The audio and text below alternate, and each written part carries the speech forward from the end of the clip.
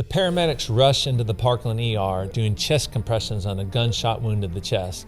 I'm the Parkland pit boss in charge of the whole ER for the day. I run into Trauma 1 hoping I can save her life. Hi Doc audience, Dr. Bill Adams here. I'm here with world-renowned plastic surgeon Dr. Rohrich. And that was a true story from my residency. I'll tell you the ending here in a second. But Rod, plastic surgeons are really kind of high-profile surgeons, much more than other specialists. They're in the media all the time. They're on reality TV. They're all over the place. People see them. They know them by name. But very few people understand the road to becoming a plastic surgeon. And it's probably not what they think. Absolutely right, Bill. And what you said about the Parkland ER is so true. I mean, that's when you're a junior resident, you're the pit boss. Just like Jim Carrico was when they brought in JFK. He was a junior resident, and he was resuscitating the President of the United States. And you did something similar with this gunshot wound. So, yes, it is a long, arduous, it is not a straight path. It is an arduous curved path. But, we are the most highly trained surgeons in the hospital when we're done because of our training, our years of expertise, and going through all the different specialties. We don't own an organ. We're all over the body. We can do things in the face, in the lower legs, everything. So, if there's a Renaissance surgeon left, it's really a plastic surgeon. But you don't see that on Instagram, Bill, or TikTok because, everybody's smiling or dancing. And I'd love to hear that story about what happened to your gunshot wound. Yeah, well, I ran into Trauma 1, that patient, I remember it vividly, and it was many, many years ago now. But she had been shot, she had tension pneumothorax, and so basically she was pulseless.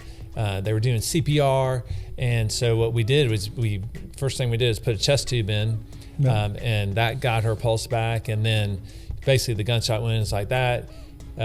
If you can get them semi-stable, then they basically get rushed up to the operating room, and she actually lived through it, which was great. But there's so many stories like that, and you're exactly right. I think that's what probably many people don't realize, that a lot of this road, and we can talk about this a little bit. It takes 4 years of undergraduate college and 4 years of med school, and then usually for plastic surgery it's 6 to 8 years of your plastic general surgery residency, your plastic surgery residency, maybe fellowship in there. It may even be longer than that. Some people, it might be 9 or 10 years of training. And then you may go into practice. So it's 16 to 18 years for most people of training before they go into practicing actually as a plastic surgeon. But you're doing a lot of stuff and you're becoming a good doctor, as you said. And that's what I think that's what ultimately separates the best plastic surgeons from the ones that aren't the best. And I think it's because the ones have learned to be a great doctor. And it's not all the glitz and glamour and all the stuff you see on TikTok. I know TikTok's the official authority of everything, but it's about being a good doctor. It is. And the way you become a good doctor is, first of all, you got to be a good person. I mean, I was fortunate to be with you at Parkland, and it is an incredibly intense place, but you take best care of patients and you learn to be a good doctor. You become from a good medical student to a great doctor, and that carries on. I mean, I use that times in the operating room when I have to make decisions on which things to do, and these are elective things. But it is your mindset that's developed early in your training, don't you think, Bill, that you know what to do that's right. It's right for the patient.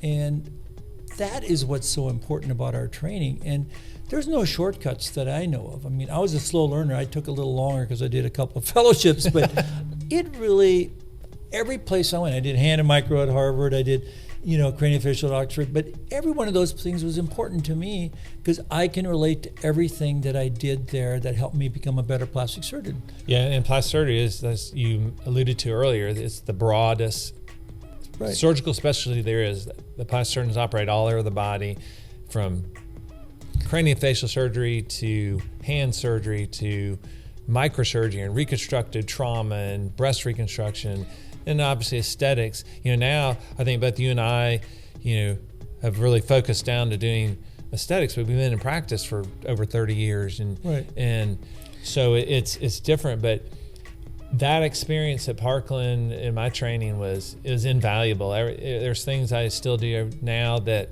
I probably would never be able to do if I didn't go through that. And it's almost, I feel like you go into your residency. I think most plastic surgeons have nice skin, and it's not because they use a lot of their products. It's because they never got out for like 20 years. So, but I remember going in and you work long hours, but I had fun doing it, and you made a lot of good friends with the people that worked with in the hospital and colleagues. But you're kind of, you go into this black hole and you go through your training, and then you emerge, and all your friends from college have got kids that are 12 years old, and they've got jobs, and you're like, what happened?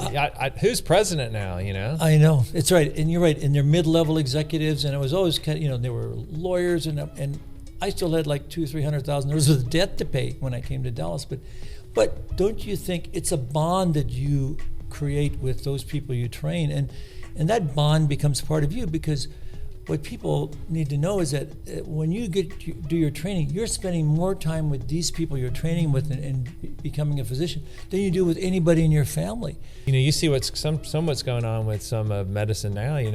Sometimes people haven't learned enough to help the patients, and right. So it's part of the rite of passage. Right, it is a rite of passage, and I would say, obviously we're old school, and I remember training Bill, and I saw you come when you came from Vanderbilt, and you just grew from that medical student to an amazing plastic surgeon. It took a few years, but it was amazing. And then you were in faculty, and now you're a world expert in aesthetic surgery and breast, but that's what it takes. It's true grit. It's passion, perseverance, and being persuasive in what you do and what you want to do, and you got to stay focused. So I don't think there's an easy path, and I'm not saying today it's a different path, is all I'm saying. And I think the people we're training today, I think, are also great, but it's a different pathway. Yeah. The truth will set you free. Doc audience, we want to hear from you. What do you think about this? Leave us a comment. Tell us, did you know what it was to become a plastic surgeon in the pathway, or anything else? And we'll be sure to address any other ideas that you have. Yeah, and share your stories with us if you're a physician.